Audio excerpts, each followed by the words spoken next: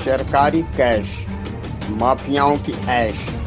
दोस्तों, मुंबई पुलिस के पुलिस उपायुक्त परिमंडल 11 बोरीवली अधीनस्थ MHB कॉलोनी पुलिस स्टेशन के हद में स्थित झोपड़पट्टी गणपत पाटिल नगर न्यू लिंक रोड से सटे पुराने टमाटर मार्केट में बीते 22 सितंबर दिन मंगलवार की रात FCI अनाजों की हजारों बोरियां ट्रक के साथ पकड़े जाने का सनसनीखेज मामले का खुलासा हुआ है। जब्त किए गए FCI अनाजों की कीमत लगभग 48 लाख रुपए बताया जा रहा है।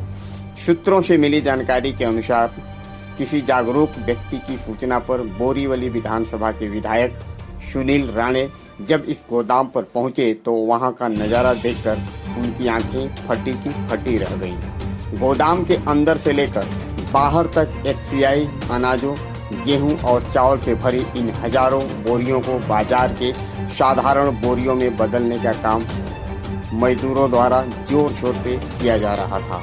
मौके की नजाकत को देखते ही विधायक सुनील राणे को सरकारी अनाजों की कालाबाजारी की आशंका हुई और उन्होंने तत्काल मामले की सूचना स्थानीय MHB कॉलोनी पुलिस स्टेशन को दी। सूचना पाते ही दल बल के साथ MHB कॉलोनी पुलिस स्टेशन घटना स्थल पर पहुंचकर हजारों बोरी अनाजों के साथ वारदात में शामिल ट्रक को भी अपने कब्जे में लेकर राशनिंग विभाग के क्षेत्रीय कार्यालय 47 गौ शैलेंद्र नगर दहीसर पूर्व को सूचना दी, जिस पर फौरी कार्रवाई करते हुए राशनिंग कार्यालय के सहायक सीधा वाटप अधिकारी अहवाल अपने अधीनस्थों के सहयोग से मामले का पंचनामा कर संबंधित MHB कॉलोनी पुलिस स्टेशन में स्पेशल LAC 17/2020 के माध्यम से मामला दर्ज कराकर मामले में संलग्न ट्रक सहित एक अन्य को निरुद्ध कराया।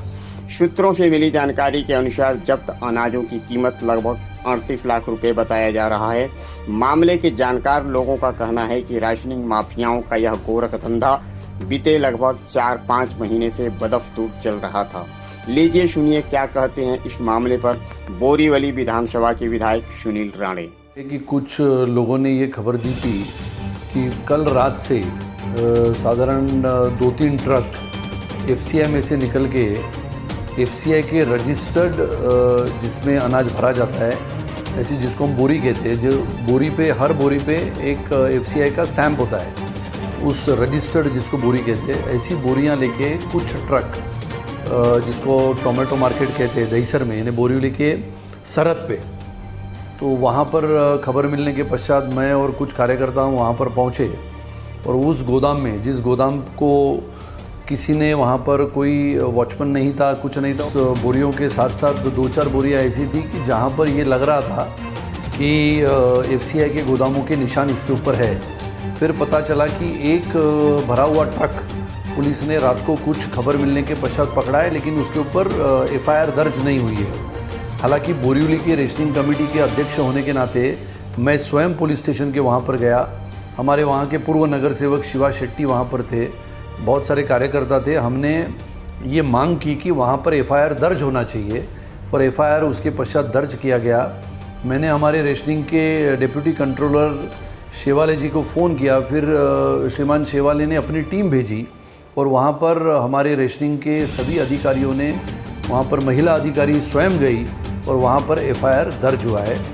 अभी कल सुबह पता लगेगा कि ये जो एक ट्रक पकड़ा हुआ है जो पुलिस स्टेशन के सामने खड़ा है, उसमें कितनी बोरियां हैं। वो बोरियां तो ट्रांसफ़र की हुई बोरियां हैं, यानी वो बोरियां ऐसी है जहां पर जिसमें जो अनाज है वो अनाज FCI के गोदाम में से निकलने के पश्चात जो बोरियां थी, सरकारी बोरियों में से निकल के उसमें भरा गया है।